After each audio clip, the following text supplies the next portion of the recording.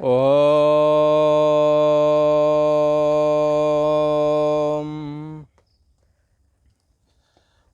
गुरु ब्रह्मा गुरु विष्णु गुरुदेव महेश्वरा। गुरु साक्षात् परम ब्रह्म तस्मै श्री गुरुवे नमः। योगेश्वर श्री कृष्ण भगवान की जय। ऐं सरस्वत्यै नमः। पूर्व का प्रसंग एक बार स्मरण करते हैं। पूर्व में भगवान श्री कृष्ण ने कहा था, पुरुषः प्रकृतिस्थो हि भुंक्ते प्रकृति जान गुणान कारणम गुण संगोष्य सदसद्योनि जन्मसु। ये प्रकृति में स्थित पुरुष ही प्रकृति जन्य गुण, प्रकृति से उत्पन्न जो गुण हैं, इन्हों के द्वारा इन्हों से तादात्म्य होने से, इन्हों का संग करने से ये भोक्ता हो जाता है। सतोगुण का संग करेगा तो सतोगुण का भोक्ता बन जाता है। सतोगुण की जो वृत्तियां हैं उनका ये भोक्ता बन जाता है। और यदि रजोगुण का संग करेगा तो रजो रागात्मक वृद्धि, इसका राग का भोक्ता बनेगा, मोह का भोक्ता बनेगा, क्रियाशीलता का आग्रह वाला बनेगा। तो क्या है, क्रियाशीलता भी कैसी क्रियाशीलता? स्वार्थ से प्रेरित क्रियाशीलता, जिसकी वजह से तृष्णा संग समुद्भवम, जिसकी वजह से ये तृष्णा इसके हृदय में आ बैठती है। और तुलसीदास जी ने तो कहा है, तृष्णा सांपिन के ही नहीं जा रहा। इस तृष्णा ने किसको नहीं जलाया, तृष्णा सभी को जलाती है। तो ये रजोगुण का भोक्ता, रजोगुण का साथ करेंगे तो रजोगुण के भोक्ता बन जाएंगे। और यदि तमोगुण का साथ करेंगे, अर्थात मन में जब तमोगुण होता है और मन से जब आप जुड़े हुए हैं कैसे, मैं बुद्धि करके, तो तमोगुण का जो असर है, निद्रा प्रमाद आलस्य, प्रमाद उसे कहते हैं जो व्यर्थ के कर्म करने लगते हैं। करना बहुत सारे घर गृहस्थी के काम हैं अभी बाकी, पर आप व्यर्थ के काम में लगे हैं। नहाने का भी वक्त निकल गया, फिर बाद में ड्यूटी जाने का भी वक्त निकल गया, कोई सार्थक काम भी नहीं। तो क्या है, ये तमोगुण है, प्रमाद में लगा देता, लक्ष्य से भटका कर व्यर्थ के कामों में लगा देना तमोगुण का कार्य है। मादक पदार्थों का भोक्ता बन जाना तमोगुण का कार्य है। इसलिए पुरुषः प्रकृतिस्थो हि भुंक्ते प्रकृति जान गुणान, प्रकृति जन्य गुण का साथ करने से ये पुरुष, ये परमात्मा भोक्ता बन जाता है। कौन सा परमात्मा? जिसमें भोक्तापना नहीं है, उसी में भोक्तापना आ जाता है। जैसे कोई पुरुष साधारण है, किसी का बेटा है, पर जब उसका विवाह हो जाता है तो वो स्त्री पुरुष का, पुरुष स्त्री का भोक्ता बन जाता है। कैसे बन जाता है? संग करने से। कौन सा संग किया है? पति पत्नी का संबंध जोड़ के संग किया है। संग किया मतलब दाम्पत्य जीवन जिया। तो क्या है, यदि संग ना करते, जैसे पुरुष स्त्री या पुरुष का, स्त्री पुरुष का, पुरुष स्त्री का संग ना करे तो कैसे भोक्ता बन जाएगा? इसलिए भोक्ता होने के लिए साथ होना, संबंध होना, जुड़ना जरूरी है।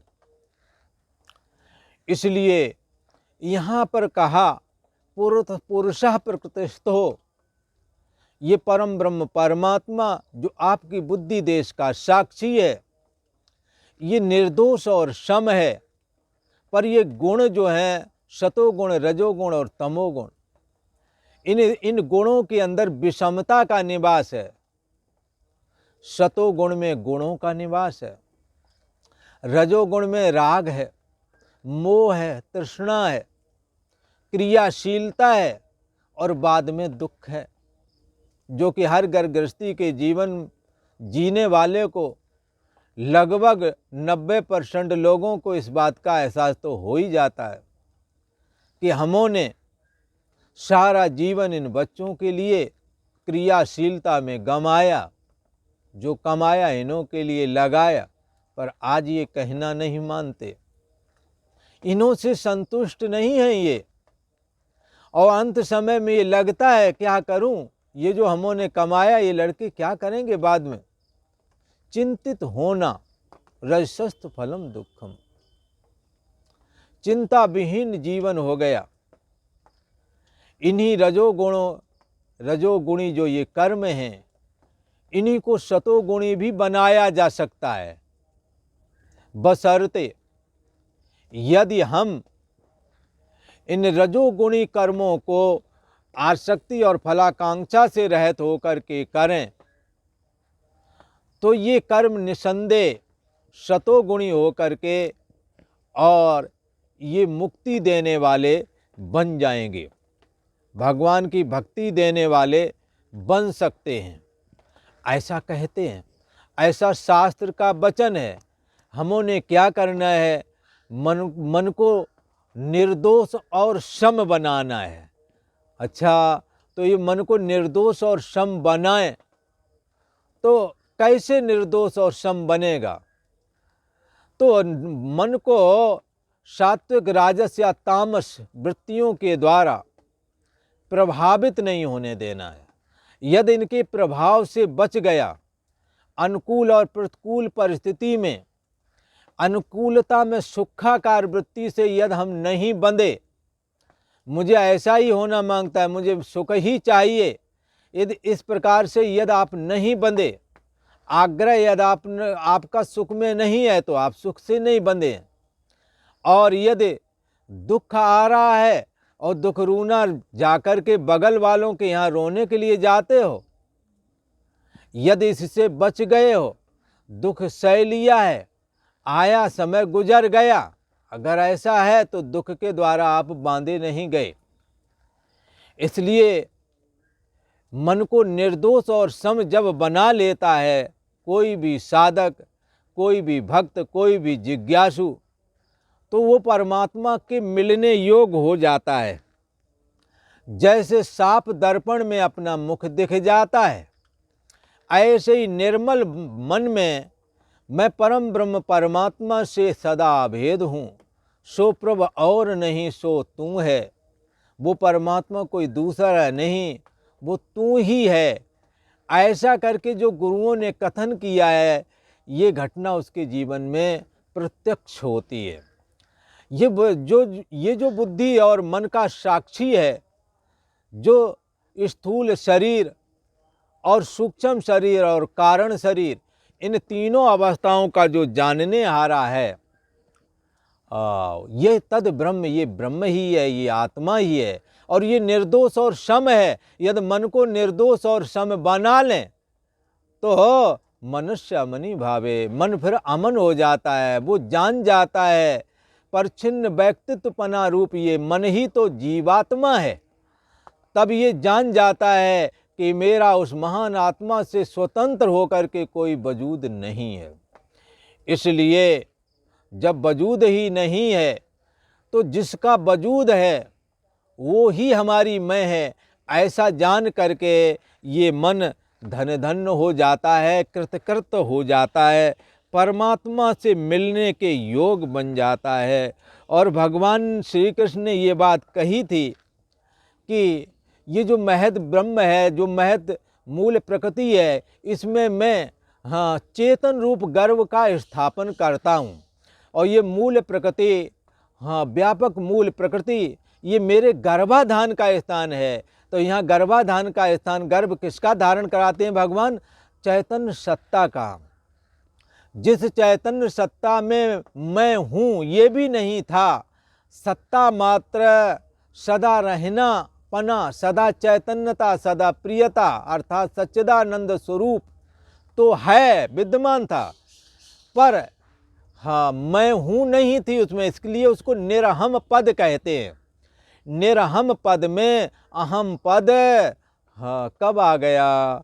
जब मूल प्रकृति रूप मूल प्रकृति में इस परम ब्रह्म सत्तात्मक परम ब्रह्म परमात्मा ने अपना चेतन रूप बीज स्थापन किया। मूल प्रकृति रूप गर्भाधान के स्थान पर जब चेतन रूप चेतन रूप अर्थात उस पर जब प्रतिबिंबित हो गया, तो प्रतिबिंबित हो गया तो क्या निकला? जैसे यहाँ गर्भ से संतानें प्रकट होती हैं, ऐसे ही वहाँ क्या प्रकट हुआ? एको हम, मैं एक हूँ, ये प्रकट हुआ। और फिर प्रकृति, मूल प्रकृति ने विघटित अपने को किया तो मन हो गया, उसमें क्या प्रकट हुआ? मैं हूँ, मैं हूँ, ये अनंत मैं है। और जब विघटित मन माया ने परमाणु से भी अत्यंत सूक्ष्म रूप मन को धारण किया और उसमें भी चेतन रूप गर्भ स्थापन किया तो मैं हूँ लगने लगा। जैसे सोने के समय गर्भ स्थापन नहीं था, क्योंकि गर्भाधान का स्थान मन ही नहीं था, ये मूल प्रकृति का ही अंश है। परमात्मा प्रकृति में अपना बीज स्थापन करता है, फिर चाहे अत्यंत सूक्ष्म प्रकृति मन हो करके क्यों ना हो, उसमें भी बीज स्थापन हो जाता है भगवान का। और मूल प्रकृति चाहे स्वयं हो, उसमें भी हो जाता है। स्वयं सीधी सीधी मूल प्रकृति में अपना बीज स्थापन करते हैं, चेतन रूप बीज, तब एको हम लगता है। और जब मूल प्रकृति विघटित होकर के संकल्प से संकल्पात्मक मन हो करके जब प्रकट होती है सभी शरीरों में, तो वहाँ भी भगवान जो हैं अपना बीज स्थापन करते हैं और उस जगह से मैं हूँ, मैं हूँ, मैं हूँ, वहाँ एको हम, यहाँ मैं हूँ, अनंत मैं। तो भगवान श्री कृष्ण कहते हैं ये हमारे गर्भ स्थापन का ये स्थान है। और इससे होता क्या है? संभवा सर्वभूतानाम, संपूर्ण भूत प्राणियों की उत्पत्ति ऐसे मैं कर देता हूँ। सोने के समय मैं हूँ नहीं लगता था, जब जागे गर्भ स्थापन हो गया, अब सभी को लग रहा मैं हूँ, मैं हूँ। ऐसे जन्म से पहले हम तो थे, पर मैं हूँ इसलिए नहीं था क्योंकि मन अभी शरीर में नहीं था। शरीर बन गया, मन प्रकट हो गया, मैं हूँ लगने लगा। एक बालक को भी लगता है मैं हूँ, ऐसा तो नहीं है कि उसे ये लगता हो कि मैं नहीं हूँ। बालक को, सबको लगता है, जानवर को लगता है मैं हूँ। तो ये सारे मैं, ये उस मन के खड़े होने पर उसमें जब परम ब्रह्म परमात्मा जो कि आपकी आत्मा के रूप में बुद्धि देश का साक्षी है, वो जब चेतन बीज के रूप में अपने को प्रतिबिंबित करता है, तब मैं हूँ लगने लगता है, जिससे संपूर्ण भूत प्राणियों की उत्पत्ति होती है। और ये संपूर्ण भूत प्राणी चूँकि त्रिगुणात्मक प्रकृति है, इसलिए मन में भी तीनों गुणों का निवास है। और साक्षी आत्मा उस मन के अत्यंत नज़दीक है, और मन के अलावा उसने अपने को देखा नहीं है, क्योंकि अपने को कोई भी देख नहीं सकता। जैसे ही आँखें बाहर का ही देखती हैं, आँखें अत्यंत नज़दीक, जो आँखों में काजल लगा हुआ है, ये चीज़ ये काजल आंख स्वयं नहीं देख पाती, आंख अपनी पुतली स्वयं नहीं देख पाती। तो क्या है, ऐसे ही साक्षी आत्मा, ये अंतर्यामी आत्मा अपने को स्वयं नहीं देख पाती। जब भी देखती है तो मन देखती है, जब भी देखती है तो मूल प्रकृति देखती है, मूल प्रकृति देखती है तो एको हम लगता है उसे। और जब मन को देखती है तब बहुश्याम मैं हूं करके ये बहुत रूप दिखते हैं उसे। इसलिए क्या है, ये चैतन्य सत्ता जो आत्मा के रूप में बुद्धि देश का साक्षी है, यही भगवान श्री कृष्ण का अंतर्यामी स्वरूप भी है। जब मन से संग कर लेता है तब क्या होता है बंधुओं, मन से संग कर लेने की वजह से मन में रहने वाले जो तीनों गुण हैं, इन तीनों गुणों की वृत्ति से जो अनुकूल और प्रतिकूल परिस्थिति में सुख और दुख मिलता है, इसके द्वारा इनका ये भोक्ता बन जाता है। और जब जिस चीज़ का भोक्ता बनता है, भोक्ता भाव ही बंधन का कारण है, कर्ता और भोक्तापना। तो एक जगह तो ऐसा कहते हैं, यही चिन्ह अज्ञान का जो माने कर्तव्य। ये चीज़, ये अज्ञानता का लक्षण है जब हम अपने को कर्ता मानते हैं। करने कराने वाली तो मूल प्रकृति ही है, ऐसा समझना चाहिए। ईश्वर करवाता है, जीव करता है, पर ईश्वर अपनी मर्जी से कुछ जीव से नहीं करवाता है। जीव के जैसे संस्कार होते वैसे ही करवाता है। जैसे उदाहरण के लिए, यदि किसी पांडित्य कर्म करने वाले कर्मकांडी पंडित का कोई बेटा यदि है, तो हो सकता है वो अन्य बच्चों की अपेक्षा वो जल्दी ही कर्म कांड कराने की विशेष जो विद्या है उसको सीख सकता है। क्यों सीख सकता है? क्योंकि उसके अंदर वो संस्कार हैं। ईश्वर भी उसी को प्रेरित करेगा, क्योंकि ईश्वर सत्ता रूप है। और जैसा आपके मन में संस्कार है, सत्ता वैसी ही फिल्म बना के तैयार कर देगी।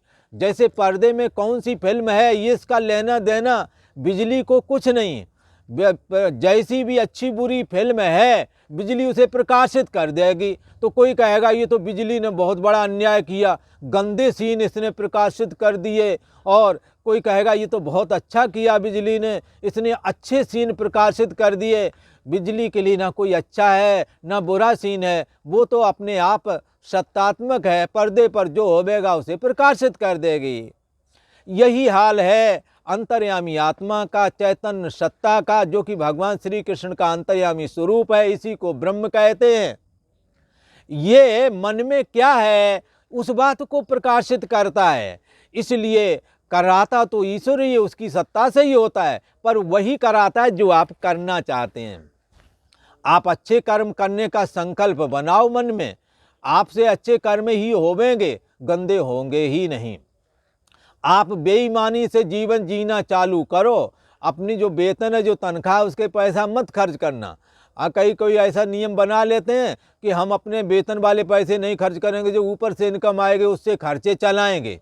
तो वेतन वाले पैसे उनके बच्चे रहते हैं और वो ऊपर वाले खर्चे से ही सारा जीवन बिताते हैं। फिर वो वेतन जो बचा हुआ होता है ना, बाद में कोई ऐसा उग्र दिमागी उन्हीं के परिवार में उन्हीं का बारिश पैदा हो जाता है कि जो जिंदगी भर कमा कर रखा था ना ईमानदारी वाला, वो चट कर जाता है, 1 मिनट में ताप लेता है। कहेगा हम वो फलाना धंधा करेंगे, फलाना जानकारी है नहीं, सुना के आएगा, बोले 20 लाख रुपए पापा दे दो, और 20 लाख रुपए दिए नहीं, कुछ ने चाट के, क्योंकि धंधे में निश्चय घाटा पड़ना, किया उसने है नहीं, जिद्दी इतना है, मानना उसकी हर बात है तुम्हें, क्योंकि उसके अधीन है, मोह बहुत है आपका। तो क्या है, गुजारा बेईमानी वाले से किया। अब जब जन्मांतर तुम्हारा होवेगा, जब कहीं फिर बालक बन के पलोगे, तो फिर आपके अंदर प्रेरणा बेईमानी की ही होवेगी। और उसके चूंकि पूर्व में उस तरह के कर्म करते रहे तो दुख ही मिलेगा हर काम में। फिर कहोगे, फिर आप सुधार करोगे कि अब आगे से ऐसा काम नहीं करेंगे, लोग कहेंगे तुम गलत करते हो इसलिए तुम्हारे को दुख मिलता है। फिर आप जीवन को सुधारेंगे, और सुधरे हुए जीवन में भी तुम्हें दुख मिलेगा, क्योंकि पहले जो कर्म करके आए उल्टे। इसलिए जो घूसखोरी और बेईमानी से गुजारा करते हैं उनका जीवन इसी में जाता है। उन्हें ईमानदारी से रहना, अच्छे लोगों की संगत उन्हें मिलती भी नहीं। पर जो ईमानदारी से जीते हैं, ईमानदारी का खाते हैं, अच्छे लोगों में बैठते हैं, उन्हें गंदे लोग नहीं मिलते हैं। उन्हें बेईमानी का सूट नहीं करता, उन्होंने 1000 रुपये अगर कहीं बेईमानी के ले लिए तो 10,000 कहीं ठुक जाते हैं, लिहाजा फिर वो कान पकड़ लेते, अब ऐसा पैसा हम लाएंगे ही नहीं जिससे कि हमारे 10,000 और चले गए 1000 रुपये के चक्कर में। इसलिए ये जो है ये परम ब्रह्म परमात्मा वही कराता है जो कि आप चाहते हैं। कराता तो ईश्वर ही है, पर ईश्वर वही कराता है जो आप चाहते हैं, जो आपके दिल में बैठा है उसी को ईश्वर कराता है। इसीलिए रामचरितमानस में तुलसी बाबा ने कहा, शुभ और अशुभ कर्म अनुसारी, ईश देत फल हृदय विचारी। कोई नहीं काऊ कर सुख दुख कर दाता, निज कृत कर्म भोग सब भ्राता। ऐसे संतों ने कहा कोई किसी को सुखी दुखी नहीं करता है, न हम करते न आप करते, न ईश्वर करता है। आपके अपने कर्म ही अच्छी पत्नी बनकर आपको सुखी दे रहा, अच्छा पति बनकर आपको सुखी कर रहा, और आपका दुष्ट कर्म ही दुष्ट पत्नी या पति बनकर आपको सुखी दुखी कर रहा है। इसलिए अपने कर्म को सुधारना चाहिए, कर्म के प्रति सचेत रहना चाहिए। ये त्रिगुणात्मक वृत्तियाँ जो मन में उठती हैं, ये त्रिगुणात्मक वृत्तियाँ ही जब चैतन्य सत्ता के साथ में चैतन्य सत्ता जाकर इन त्रिगुणात्मक वृत्तियों से जब जुड़ा हुआ होता है, अपने को असंग नहीं जानता, तो उन वृत्तियों से प्रभावित होता है और उन वृत्तियों के द्वारा प्रभावित हो करके तद तद कर्म करने लगता है। इसलिए भगवान श्री कृष्ण ने तो कहा कि जिस समय ये साधक ऐसा जान लेता है, नान्यम गुणेभ्या कर्तारम, इन तीनों गुणों के अलावा और कोई दूसरा करता नहीं है। भाई सतोगुण था इसलिए ज्ञान वैराग भक्ति में लग गए, नहीं तो कई बार नहीं लगते हैं। जब सतोगुण जगता तो ज्ञान वैराग स्वाभाविक हो जाता है। उदाहरण के लिए जैसे वाल्मीकि जी महाराज थे, लूट मार का काम करते थे, पर क्या हुआ, एक बार सप्तऋषि उनसे टकराए तो उनका सतोगुण जाग गया और उन्होंने सप्तऋषियों को जो बंधन किया था उनको छोड़ करके और आजीवन प्रण ले लिया कि अब आगे से साधन भजन तपस्या करेंगे, किसी की हिंसा ना करूँगा। जीवन बदल गया। सठ सुधरे सतसंगत पाई, अपने को तमोगुण से असंग कर लिया, रजोगुण से असंग कर लिया, फिर सात्विक वृत्तियों से भी असंग हो करके नान्यम गुणेभ्या कर्तारम यदा दृष्टानुपश्यत, उनका साक्षी आत्मा ये देखने लगा कि ये गुण ही करने वाले हैं। तमोगुणी वृत्ति होने पर तमोगुणी कार्य होने लगते हैं, मैं नहीं करता। रजोगुणी वृत्ति होने पर रजोगुणी कार्य होने लगते हैं, हम रजोगुण ही करता है, मैं नहीं करता। और सतोगुणी वृत्ति होने पर सतोगुणी कार्य संपादन होने लगते हैं, सतोगुण ही करता, मैं नहीं करता। नान्यम गुणेभ्या कर्तारम यदा दृष्टानुपश्यति है, जिस समय इन तीनों गुणों के अलावा और कोई दूसरा करता नहीं है, ऐसा जब बुद्धि देश का साक्षी जो अंतर्यामी आत्मा है, ऐसा जब जान जाता है, किसके द्वारा, विवेकवती बुद्धि के माध्यम से ये बात जब जान जाता है तो क्या होता है, वाल्मीकि जी महाराज ने कहा उल्टा नाम जपा जग जाना, वाल्मीकि भय ब्रह्म समाना। वाल्मीकि जो जीव था, ये जीव जो देह को मैं बुद्धि मानता था, ये विषम था, दोष वाला और विषम था। अब क्या होगा, ब्रह्म समाना, ब्रह्म के समान हो गया, ब्रह्म ही हो गया अब इसका जीव, क्योंकि इसने तीनों गुणों से अपने को अलग कर लिया। इसलिए वाल्मीकि भय ब्रह्म समाना। यद्यपि उन्होंने मरा करके राम नाम जपा था, उसका ये प्रभाव पड़ा कि वो ब्रह्मर्षि बन गए, अर्थात जिस ब्रह्म को जानने के लिए ये मनुष्य शरीर मिला है, उस ब्रह्म तत्व को वो जान गए। तद ब्रह्म, हमें भी उस ब्रह्म को जानना चाहिए। तद विजिज्ञासस्व, उसकी जिज्ञासा करनी चाहिए, क्योंकि इस मनुष्य शरीर में ही उस ब्रह्म तत्व को, उस अंतर्यामी आत्मा को, जो कि बुद्धि देश का साक्षी है और भगवान श्री कृष्ण का ये अंतर्यामी स्वरूप भी है, इसे इस मनुष्य शरीर में ही जाना जा सकता है। और वाल्मीकि जी ने और बड़े बड़े ऋषि महर्षियों ने, आदि शंकराचार्य ने, बड़े बड़े महापुरुषों ने क्या जाना? नान्यम गुणेभ्यः कर्तारम, गुणों के अलावा और कोई दूसरा करता नहीं। मैं करता नहीं हूँ। करता तो ये सात्विक राजस और तामस वृत्तियाँ हैं जो सतोगुण रजोगुण और तमोगुण की हैं। मैं इनसे अलग हूँ। मैं शुद्ध सत्ता मात्र चेतन ब्रह्म हूँ, जिसको गुरुओं ने संतों ने कहा सो प्रभु और नहीं सो तू है। ये जो तीनों गुणों से रहित असंग तत्व जो अंतर्यामी आत्मा है, यही प्रभु है, सो प्रभु और नहीं, दूसरा नहीं, यही है। हाँ, जैसे फूल में खुशबू रहती है, दर्पण में जैसे नगर का प्रतिबिंब रहता, अथवा दर्पण में जैसे रोड में पीछे चलने वाली गाड़ियाँ सारी दिखती हैं। हाँ, तिम दर्पण में होता नहीं, दिखता ही बार है। ऐसे ही अंतर्यामी आत्मा में कर्तापन है नहीं, दिखता ही बार है। हाँ, तिम हरि ही बसें निरंतर, ऐसे ही परमात्मा श्री हरि अंतर्यामी आत्मा के रूप में हाँ ही बसें निरंतर, हृदय में रहते हैं। घट ही खोजो भाई। इसलिए इस अपने शरीर रूपी घट में इस परमात्मा की खोज करें। भगवान श्री कृष्ण कहते हैं ये जो तीन गुण हैं ये शरीर की उत्पत्ति के कारण हैं। सतोगुण रजोगुण तमोगुणी क्रिया होवेगी और उसी समय यदि मर गए तो शरीर की उत्पत्ति का कारण क्या बनेगा? कीट पतंग और पशु वाली योनि।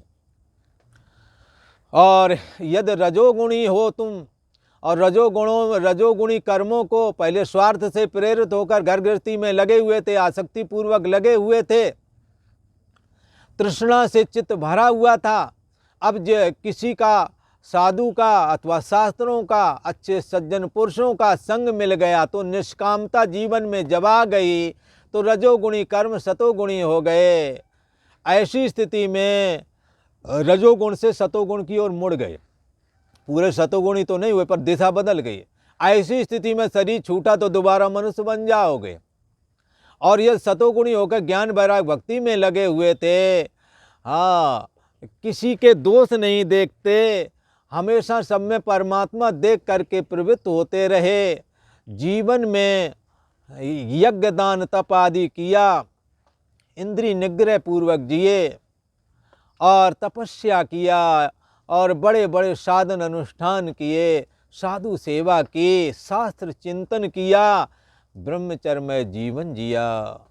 ऊर्ध्वम गच्छन्ति, ऊर्ध्व को जब ऐसे समय में शरीर छूटेगा तो स्वर्ग लोक और अतिशय साधनात्मक जीवन है, भक्तिमय जीवन है, परमात्मा के प्रति समर्पित है तो वैकुंठ धाम, अथवा हाँ ये वैकुंठ धाम कहो ब्रह्मलोक। ये माया की ऐसी विलक्षणता है, ऊपर वाला सत्य लोक ब्रह्मा जी के उपासकों को ब्रह्मलोक लगता है वही, और भगवान विष्णु के उपासक को उसी में वैकुंठ लोक दिखता है।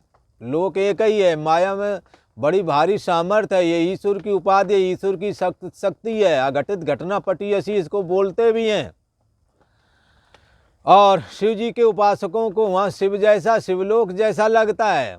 उस सत्यलोक में ही जिसकी जैसी भावना होती है वहाँ उसको वैसा ही दिखने लगता है, क्योंकि ईश्वर एक है, पोज उसके अनेक हैं।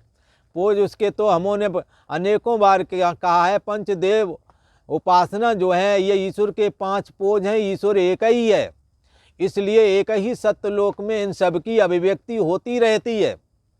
विष्णु वालों को ब्रह्मलोक, राम वालों को साकेत लोक, उसी में श्री कृष्ण वालों को गोलोक धाम भला, और हाँ गणेश वालों को स्वरलोक, और शक्ति वालों को श्री विद्यालोक, स्त्रीलोक, ऐसी अभिव्यक्ति होती है।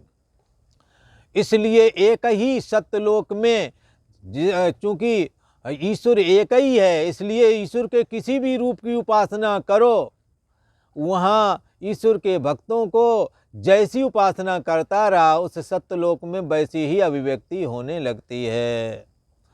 ये ऊर्ध्वम गच्छन्ति कौन? सतोगुणी, तपस्वी, यज्ञ दान तप करने वाले, शास्त्र विचारक, योगी, भगवान के समर्पित रहने वाले, पूर्ण सतो गुणी इंद्रिय निग्रह वाले, ये ऊर्ध्व लोक अर्थात सत्यलोक, जिसको ब्रह्मलोक भी कहते हैं, वैकुंठ धाम भी कहते हैं, शिवलोक भी कहते हैं, ऐसा कहा जाता है। और कई लोग तो कैलाश पर्वत में शिवलोक विद्यमान ऐसा भी कहते हैं, हम तो इसको भी मानते हैं। पर ऊपर वाला सत्यलोक में ऐसी अभिव्यक्ति होती है, ऐसा शास्त्र का वचन है। एक जगह मैंने इसका अध्ययन करते समय देखा था। इस करके क्या है कि ये एको देवा सर्वभूतेषु गुणा, एक ही देव सब में समाया हुआ है, इसलिए एक ही सत्यलोक नाना प्रकार होकर के अभिव्यक्त होता है, क्योंकि मायायाम सर्व संभवा, माया में सब कुछ संभव है। हाँ, भगवान श्री कृष्ण कहते हैं 3 गुणों के द्वारा शरीर की उत्पत्ति होती है। 20वें श्लोक में इसी बात को भगवान श्री कृष्ण इंगित कर रहे हैं। क्या कह रहे हैं? गुणानेतान तीत्यत्रेन, क्या कह रहे हैं? तीनों गुणों से शरीर की उत्पत्ति का कारण, हाँ, ये 3 गुण ही हैं। भगवान श्री कृष्ण से अर्जुन प्रश्न करते हैं, महाराज ये तीनों गुणों से भी कोई अतीत हो सकता है क्या? कोई हुआ है क्या? भगवान श्री कृष्ण ने तो पहले कह दिया, बहवो ज्ञान तपसा पूता मद भाव मांगता। हमारा इस गीता ज्ञान को सुन करके, इस गीता ज्ञान से पवित्र होकर के बहुत सारे साधक लोग, भक्त लोग, जिज्ञासु लोग इन तीनों गुणों से अतीत होकर के मेरे भाव को प्राप्त हो गए हैं। हाँ, मुझे अंतर्यामी आत्मा में लीन हो गए हैं, सच्चिदानंद स्वरूप परमात्मा में लीन हो गए हैं। भगवान से अर्जुन जो है प्रश्न कर रहे हैं, क्या कह रहे हैं? हाँ, ये 21वें श्लोक में, कैर्लिंग स्त्रीन गुणा नेता नतीतो भवति प्रभो किमहचारा कथम चैतांस त्रीन गुणानति वर्तते। एतान त्रीन गुणान अतीता, इन तीनों गुणों से अतीत पुरुष कैर्लिंगई भवति, इनका क्या लक्षण है? ये कैसे पहचाने कि 3 गुणों से अतीत हो गया? अच्छा, और कह रहे हैं चा किमाचारा, वो कैसा आचरण करता है, कैसी चेष्टा करता है? किमाचारा, किस प्रकार के आचरणों वाला वो होता है?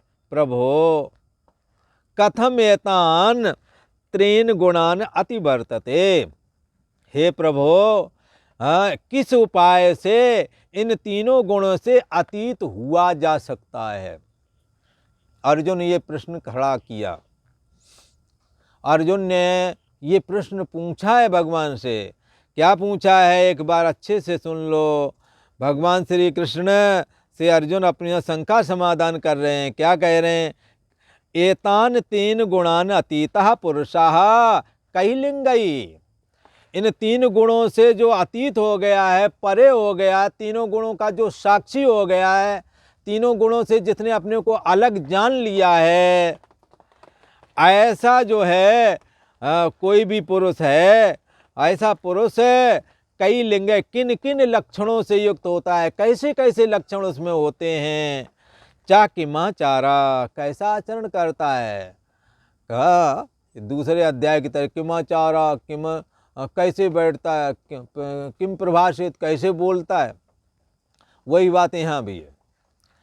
ये 3 गुणों से अतीत पुरुष किन किन लक्षणों से युक्त होता है? चा किमाचारा, कैसे आचरण करता है?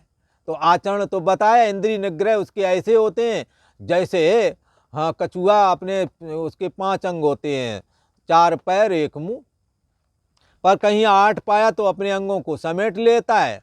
तीनों गुणों से अतीत पुरुष भी विषयों में उसका जब मन जाता तो विषयों से अपने मन को हटा लेता है, सिकोड़ लेता है। कैसे विचरण करता है? तो विचरण करता है राग द्वेष से रहित होकर के। संसार में रहेगा, न काऊ से दोस्ती, न काऊ से बैर। कबड़ा खड़ा बाजार में सबकी मांगे खैर, बोले खैर तुम लोगों की इसी में है, न किसी से राग करना, न किसी से द्वेष करना, क्योंकि ये माया का नगर है जहाँ आसक्ति पूर्वक लगे हुए हो। हमारे आपके बाप दादे भी लगे रहे पर वो इसका अंत नहीं पाए और राम राम सत्य हो गया है। इसलिए कबीरदास जी ने कहा कि भाई तुम किसी से राग नहीं करना, किसी से द्वेष नहीं करना, वरना राग द्वेष के संस्कार तुम्हें जाकर के नरकों में फेंक देंगे। रागात्मक कर्म करोगे तृष्णा से बंध जाओगे और पुनरप जननम पुनरप मरणम में फंस जाओगे। इसलिए भगवान श्री कृष्ण ने कहा, से अर्जुन पूछ रहे हैं कि माँ चारा कैसा आचरण है उसका। एक तो वो इंद्रियों पर विजय प्राप्त की हुए है कछुए की तरह, यदि कुछ गड़बड़ हुई तो तुरंत अपनी इंद्रियों को, मन को कंट्रोल कर लेता है। अच्छा, और जो संसार में कोई काम करता तो राग द्वेष से रहता है, कर्ता भोक्तापना अपने में आने नहीं देता है। तो क्या तीनों गुणों से अतीत पुरुष के लक्षण पूछे थे ना, वही बता रहे हैं। किस प्रकार आचरण वाला ये होता है हे प्रभु, कौन सा उपाय करें कि इन तीनों गुणों से मैं अतीत हो जाऊं, अलग हो जाऊं। तो उपाय क्या है? पहले तो देखो कि सारा जगत किससे दिखता है? इंद्रियों से। इंद्रियां किसके द्वारा दिखती हैं? मन के द्वारा। मन बुद्धि के द्वारा जानने में आ जाता है, और बुद्धि का होना न होना भी साक्षी आत्मा के द्वारा जाना जाता है। तद ब्रह्म, यही ब्रह्म है। तद विजिज्ञासस्व, इसको जानना चाहिए। कैसे जाने? तपसा ब्रह्म विजिज्ञासस्व। उपनिषद शास्त्र का, गीता शास्त्र का स्वाध्याय रूपी यज्ञ के द्वारा, तपस्या के द्वारा, स्वाध्याय रूपी तपस्या के द्वारा ऐसे जाना जाता है, ऐसा कहा। इसलिए विषय करण सुर जीव समेता, सकल एक ते एक सचेता, सबकर परम प्रकाशक जोई, ब्रह्म अनादि अथवा राम अनादि अवध पद सोई। ये अयोध्या में जो अवतीर्ण हुए थे और जो अवतार धारण किए थे, यही वाला जो आपकी बुद्धि देश का साक्षी है ना, यही राम बना था माया को स्वीकार करके। सारा जगत इंद्रियों के द्वारा, इंद्रियां देवताओं के द्वारा सचेत हैं, और सारे को जो सचेतना दे रहा है उसका नाम है राम। और वो हमारी और आपकी बुद्धि देश का आश्रय और प्रकाशक है, साक्षी है। तद ब्रह्म, यही ब्रह्म है। भगवान श्री कृष्ण कहते से पूछ रहे अर्जुन, किस उपाय से मैं इससे अलग हूँ? तो उपाय क्या है?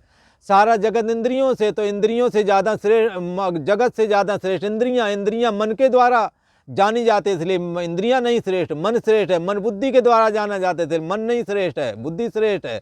बुद्धि का होना ना होना भी जिसके द्वारा जाना जाता है, यही सबसे श्रेष्ठ है, यही सबका प्रकाशक है। अब ये जो बुद्धि का होना ना होना जिसके द्वारा जाना जा गया है, यही तुम्हारी असली मैं है। इस असली मैं में है और जानना पना मात्र में आप रुक जाएं और शांत हो जाएं। न किंचित अपचिंतित, फिर और कुछ नहीं सोचना। ऐसा करने से तीनों गुणों से अतीत हो सकते हैं। और ये बात आज तो भगवान श्री कृष्ण से अर्जुन प्रश्न कर रहे हैं, कल इसका उत्तर देने वाले हैं भगवान। भगवान ने कहा, हे भगवान से अर्जुन कहते हैं, हे भगवान, हे पुरुषोत्तम, इन तीनों गुणों से अतीत पुरुष किन किन लक्षणों से युक्त होता है और किस प्रकार के आचरणों वाला होता है, तथा हे प्रभु, मनुष्य किस उपाय से इन तीन गुणों से अतीत हो सकता है? ऐसा प्रश्न अर्जुन ने किया। तो इस प्रश्न का उत्तर कल वाले एपिसोड में सुनने को मिलेगा। आज इतना ही। ओम शांति शांति शांति।